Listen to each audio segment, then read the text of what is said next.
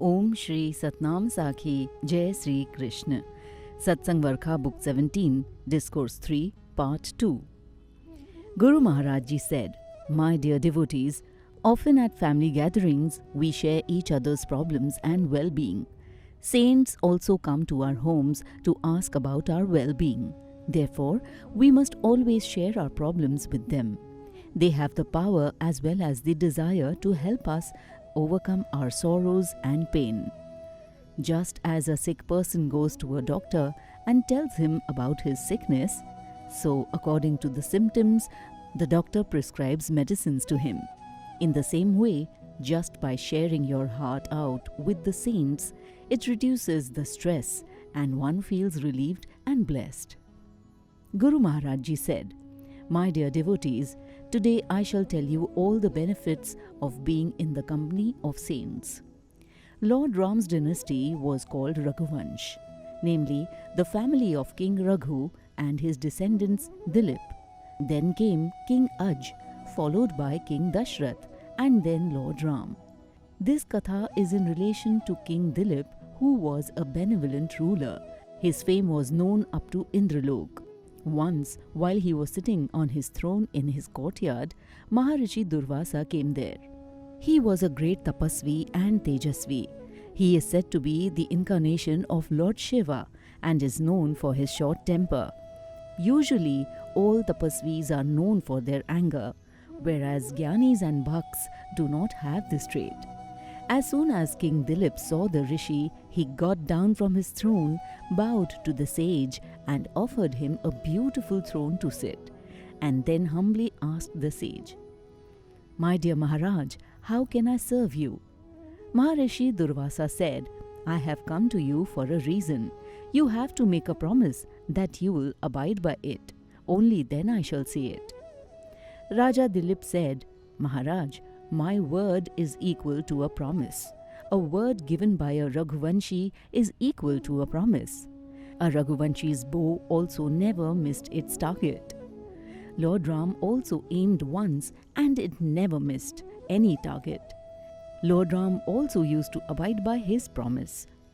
Well, Raja Dilip said, "My dear Maharaj, this is the nature of Raghuvanshi, hence do not hesitate."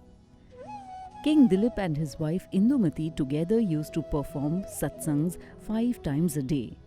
Being a king, it is difficult to perform satsang 5 times, but the couple used to do it with great love. Various Mahatmas, Brahmins and other people came for their satsang. Maharishi Durvasa said, "Okay, King Dilip, then give me all the fruits of your one satsang performed in a day, or go for 14 years exile." Raja Dilip said, "I am ready for both, Maharaj, but I will discuss it with my wife and take her consent too, as we both perform the satsang together." A wife is an equal partner for the fruits derived from virtues performed by the husband. King Dilip asked his wife, "My dear, I need an advice from you." Indumati said, "What is the matter?" Raja Dilip said, "Rishi Durvasa is here and he has asked me to give the fruits of satsang or go away for 14 years of exile." Rani Indumati said, "What did you say, Maharaj?" Raja Dilip said, "I said, Maharaj, I will take my wife's advice first." Indumati said, "My dear Maharaj, you did the right thing. I will suggest that we should go for 14 years of exile, but we shouldn't give away the fruits of our satsang. The exile will pass away, but without satsang, we cannot let a single day go by."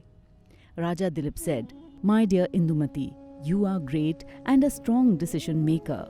I am very grateful to you."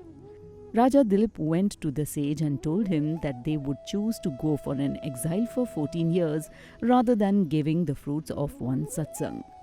They then prepared to go away. Rishi Durvasa said, "I am impressed. You have taken a wonderful decision, Raja Dilip." Guru Maharaj Ji said, "Dear devotees, nowadays people leave in between the satsang to attend to their customers. They make excuses for not coming to satsang at all." Now listen to what happened further. The king and queen changed into casual clothes and left for the forest. The people cried and said, "Maharaj, please don't go. The rishi is a burglar." Raja Dilip said, "No matter if he has looted our kingdom, but we shall not give away our true wealth, the Satsang. The kingdom is material wealth. The rishi is wise and will rule the kingdom well. Hence, my dear citizens, please obey and respect him." Now, after a long and tiring day, the king and queen were sitting under the sky. The stars were shining bright. They saw a beautiful young girl walking towards them. They assumed that she must have come from the god's realm to bless them. So they bowed to her and asked, "Why is she alone in the forest? Don't you have a family?" The girl said, "My dear Raja, I have a family." King Dilip said, "Then what brings you here?" The girl said, "Raja Dilip, I have come to take you. Follow me." The king and queen decided to go with her. After some time, they reached a mountain. There was a deep cave in the mountains. A Dharmatma is fearless. A person who has faith in himself and God is fearless. Hence, they fearlessly followed the girl and entered the caves. The girl asked the king to open the cave's door, which was made of stone. As King Dilip opened the door, they saw a palace studded with jewels. Raja Dilip said, "What is this?" The girl said, "You both can stay in this palace." Raja Dilip said, "But who are you? Whose kingdom is this?" The girl said, "This is your kingdom. You both stay here happily and rule the kingdom." So they happily lived there.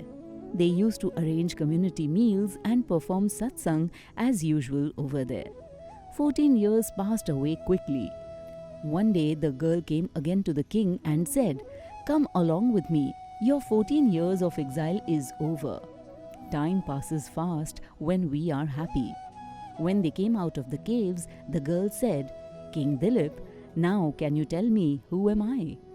King Dilip replied, "Well, we don't know. We always wondered who you are, but never dared to ask you." The girl said, "I am Satsang. You both chose to go to the forest for Satsang. Therefore, your fame has spread in all the 3 lokas. Your good times in the forest were the result of being in the company of saints." As soon as they reached outside the cave, the girl disappeared, and they saw Rishi Durvasa standing there. King Dilip said, "Maharaj, how come you are here?" Rishi Durvasa said, "I took care of your kingdom for 14 years. Now I shall take you back to your kingdom." So they all came back to Ayodhya. The city was decorated with lights. The king was crowned with great pomp and fervor, and Rishi Durvasa said to the king, "You chose Satsang above your kingdom. It is by this virtue that I bless you. The Supreme Lord will be born in your dynasty. Your 7th generation will be the incarnation of God, but he will also undergo 14 years of exile." King Dilip was thrilled and said, "No matter if he also has to go for an exile, but at least the Supreme Personality of Godhead, the Lord himself, will take birth in my family and protect the world from unrighteousness." Guru Maharaj Ji concluded, "Dear Premis, be in the company of saints, as by doing so, your children and grandchildren will also inculcate these traits. And these series of virtues of yours and your future generation can make it possible for God to take avatar in your family too." बोलिए सतगुरुदेव भगवान की जय।